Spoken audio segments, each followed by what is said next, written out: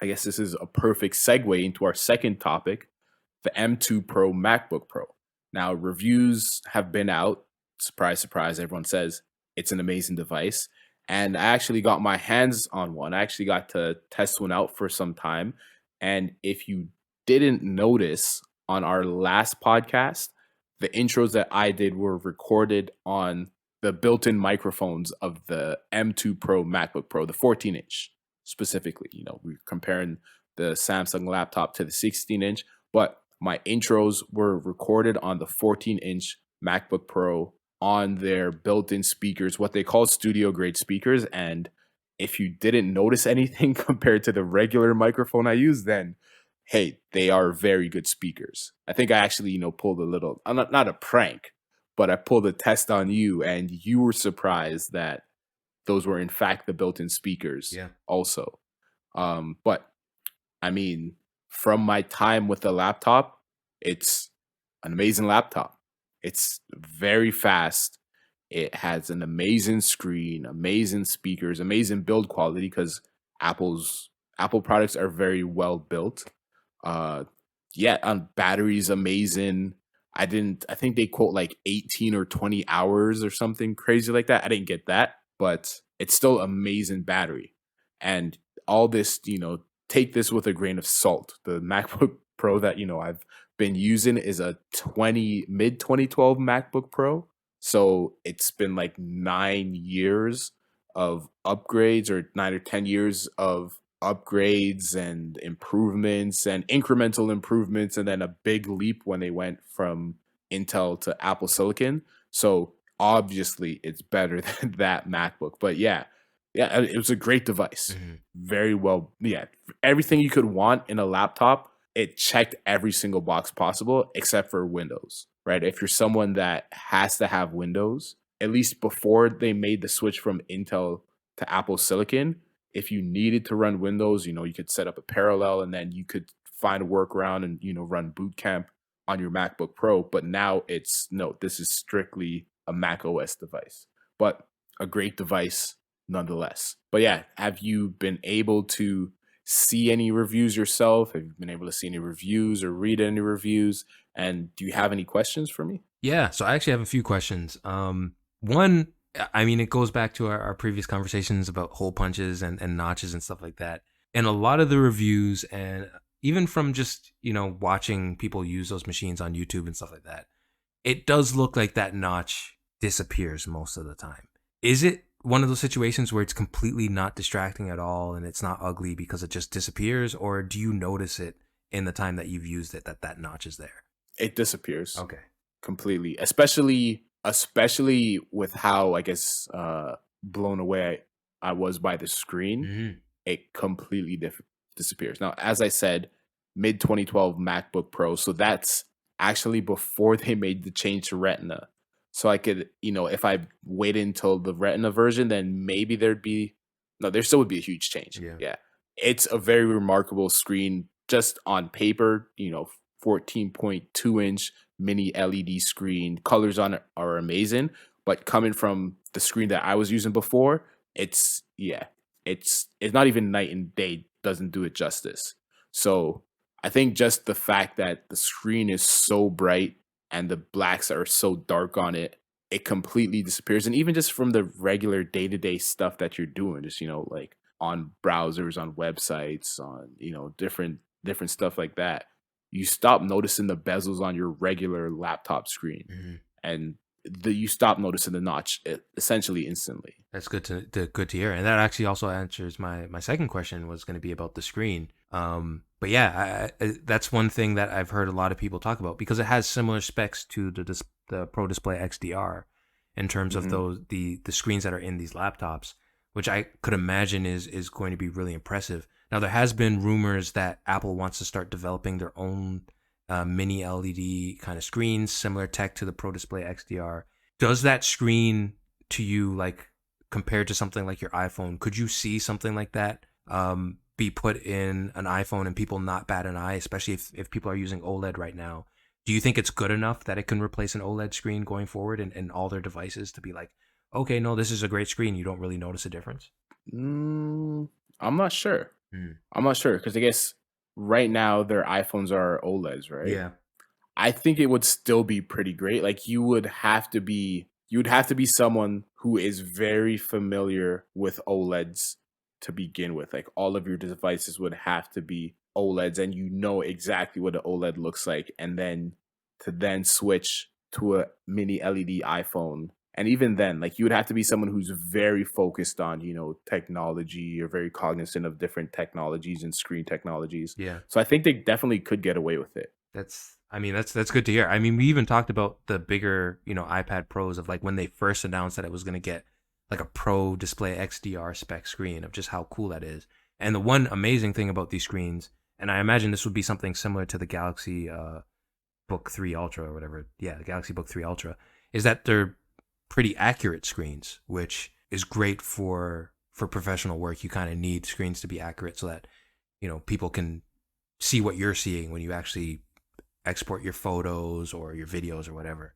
But okay, so two other questions I had about these machines uh, were about the physical design. So I think you are in a position that a lot of people are in that we don't usually see in a lot of reviews of people coming from older 13-inch MacBook Pros looking to upgrade. And a while ago, they made a big change of going from 13 inches to 14 inches and having this larger kind of screen and, these new designs. Did you notice any significant downsides or differences to the size of this device, the weight of this device, and also, those old devices had the typical Apple keyboard that used to be really, really good.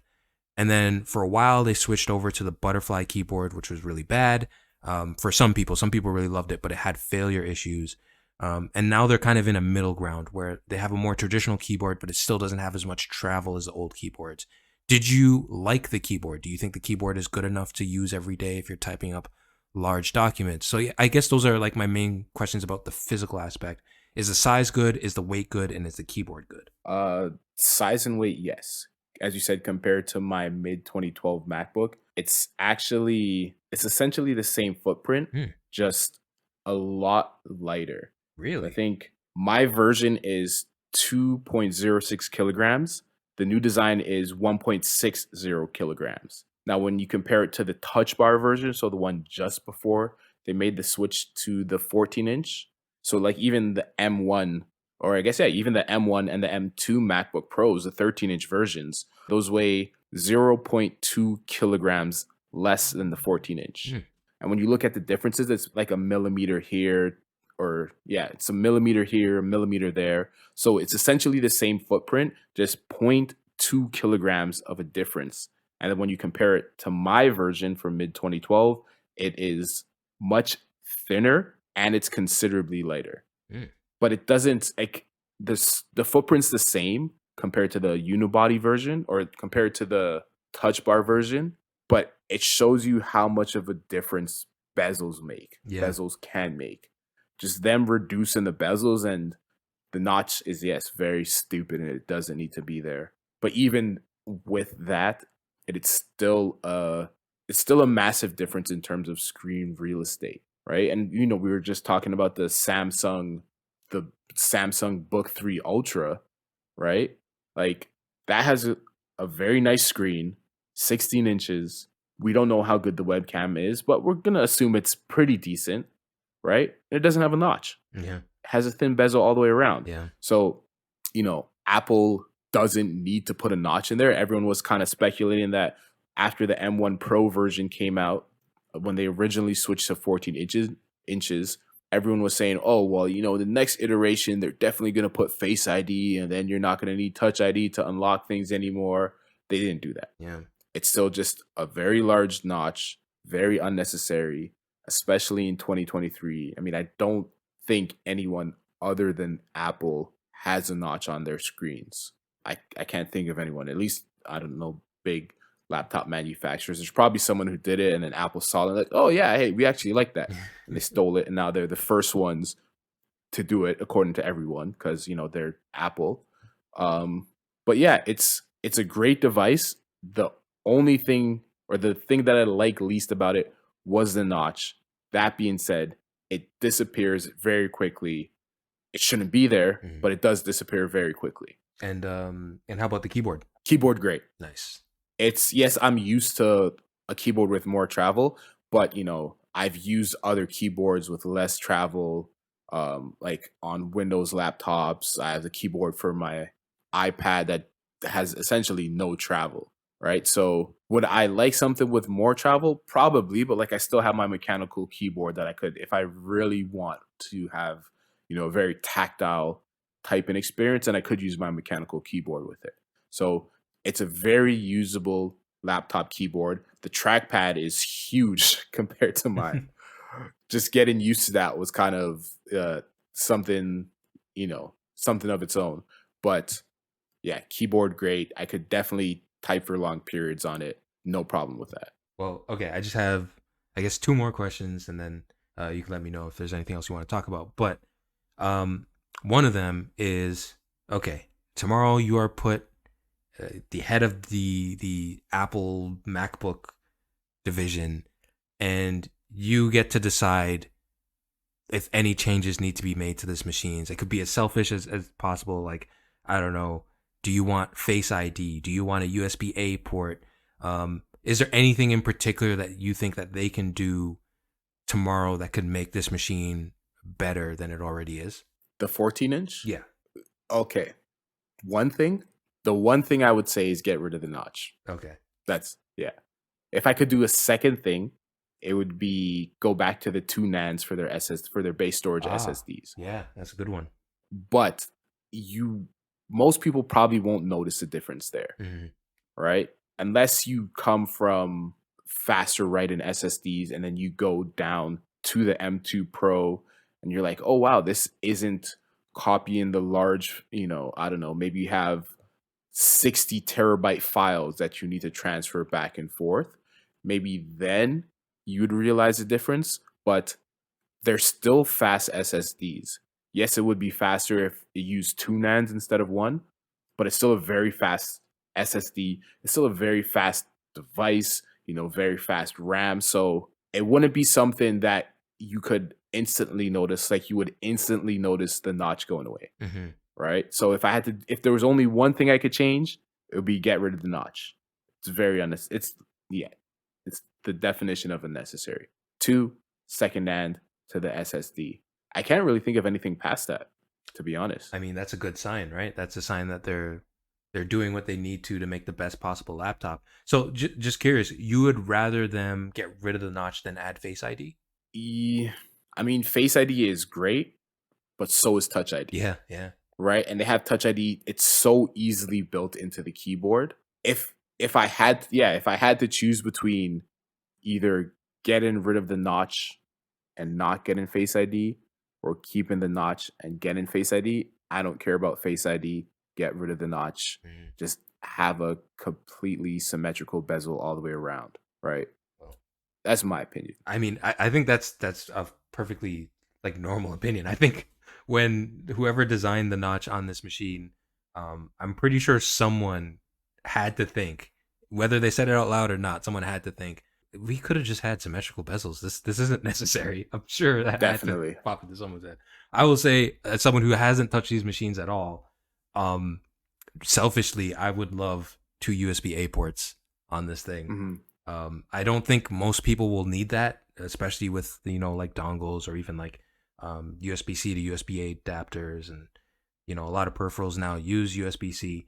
But just for me personally, as someone who still uses very old stuff, um, Hmm. a USB-A port would be nice. But yeah, I mean, I'm kind of glad to hear about this. It sounds like it's an awesome machine, and I think they just have a really good lineup. Like we've talked about in the past, the MacBook Air, which you also got to have some hands-on time with, the new version, and this machine, especially with this new Mac Mini, there seems to be like, if you need a Mac, there is going to be one that's made specifically for what you need it for. And sure, they might be expensive, but hey, it's a tool, right? And it looks like they executed on these things really well. Yeah, definitely. Executed very well. As a couple more things, or do you have any more No, no, questions? no. Go ahead. A couple more things that I want to say. So screen, amazing. One thing that really caught me off guard was how amazing the speakers were. Mm. Like, I was watching a video, I was listening to it with headphones, and when I unplugged the headphones, I was gonna like there's something I had to get in a different room. It's like, all right, I want to keep this video playing. Gonna unplug my headphones, go get whatever I need to get.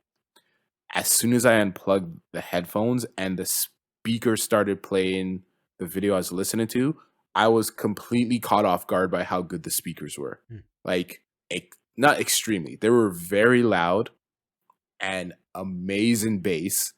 And I was just like, I completely lost my train of thought. I couldn't even remember what I was gonna leave the room for. And I just stopped and stared at the laptop and just watched the rest of the video. Once again, you're hearing from someone, right, with a mid 2012 MacBook Pro. So, as I said before, 10 years of improvements, you would expect them to be better. I guess I just wasn't ready for how good they would be. Something else that I think is pretty interesting, or something else that I think is noteworthy, right? Oh, by the way, I do have a review that's coming out this Friday. Whenever this podcast comes out, it will be this Friday. So make sure you subscribe to my YouTube channel. I'll put a link in the show notes for that. Also, if it's after this Friday, if it's by the time the video is uploaded, then I'll add the link to that video in this. But one thing that I say, or that I'm going to say in my review, is the M1 Pro is still a really good device. The M1 Pro MacBook Pros, the M2 Max MacBook Pros are still really good devices. Last year when they came out, every YouTuber said, this thing completely run my channel. This completely changes the way I do work, what I can do on the road. This is overpowered for what I'm doing. That's what they said last year when the M1 Pro came out. Hmm. So now that the M2 Pro and the M2 Max have come out, it doesn't change that at all. Those devices are still really good. They're still more than powerful for anything that those, YouTubers with millions of subscribers, running After Effects and running, Logic and running Premiere Pro and all kinds of things is more than powerful for what they need to do. So it's still just as good. Hmm. If you're someone who was going to get an M1 Pro or an M1 Max and you're like, all right, I have this money, I'm about to go buy this. These new devices coming out is like you just instantly got a 20% bump in CPU, 30% bump in GPU, 40% bump in neural engine processing power. So it's like, hey, I was going to buy this device, but now it's like 20, 30, 40% better. That's great, Yeah. right? You instantly get an upgrade without having to really do anything. But if you're someone who is like, this M1 Pro is more than powerful for what I need to do now and maybe for the next 10 years, and you see that, hey, this M2 Pro device comes out, but it's like, that's even more overkill than it was than the M1 Pro was. I don't need that. Yes, it's great. I had the money, I was about to buy it. But if you still think, hey, I might as well just get the M1 Pro, because the difference between this, other than the boosted performance, is Wi-Fi 6E, Bluetooth 5.3, HDMI 2.1. If you don't have any Wi-Fi 6E routers, or you're not running into any sort of congestion or noticing slow speeds, because the M1 Pros up until the M2 Pros came out were essentially the fastest devices on any network, Hmm. right? Most people weren't experiencing that much congestion with their Wi-Fi 6 devices. Bluetooth 5.3, that's more of a future proofing thing, just like Wi Fi 6E, but even more so. HDMI 2.1, everyone was saying last year that it should have been on that model because HDMI 2.1 has kind of been a thing, right? And when you're spending $2,000 on an Apple product, you expect it to be the bleeding edge of technology. Hmm. It's like, well, why didn't you? They still didn't fix the fact that, what is it, UFS 2.0 on the SD card slot, that they still didn't upgrade the SD card slot on this either, right? But anyways, HDMI 2.1 should have been on last year's model. It's on this year's model. Great. But if you're not someone who has an 8K display or an 8K TV that you want to power with your MacBook Pro, it doesn't really help you out. It's a future proofing thing, which is good, Yeah. which they should have done last year, or which they should have done in 2021, which everyone is glad that they did now. But unless you have 8K displays or you have external monitors that you want to power that are 120 hertz, you also are fine with HDMI 2.0. Yeah. So a long roundabout way to say, if you were fine with the M1 Pro MacBook Pro, it is still a great device that is still overpowered for probably most of what you're going to do, and it's instantly $500 cheaper on Apple's own website. Because up until the day they announced the M2 Pro and the M2 Max devices, they were still selling those at full price. Hmm. So they have a huge inventory that they need to get rid of. So you could get refurbished ones, you can get clearance ones for the same specs, the same great screen that I talked about, the same great speakers. Although some people are saying there's a slight alteration to the speakers, but they're still great, right? The same really good keyboard that I mentioned, the same great trackpad, the same great battery life. I think the only thing that beats the battery life on the M1 Pro MacBook Pros is the M2 Pro MacBook Pros now. That's the only thing that beats it. Yeah. So when you compare it to a Windows, it still beats those. And technically, the SSDs on the entry level are twice as fast as the M2 Pro ones, Hmm. right? Technically speaking. So all of that $500 that's in your pocket, or I guess in your bank account, or $500 that's not on your credit card, right? So M2 Pro devices, amazing.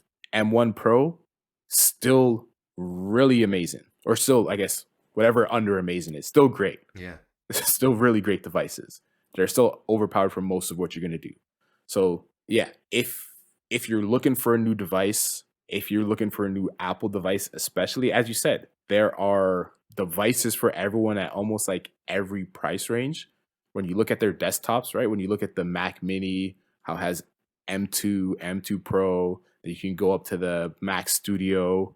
When you look at their MacBooks, where it's all right, you have a MacBook Air, you have a 14-inch MacBook Pro from last year, you have a 14-inch MacBook Pro from this year. Don't get the 13-inch. Please don't. Um, I guess, yeah, my final statement, if I was in charge of Apple, the one thing I would do is cancel the 13-inch MacBook Pros, get rid of them, put that research and development into, I don't know, getting the notch smaller, or maybe adding Face ID to the MacBook Pros. But really, let's just get the notch smaller.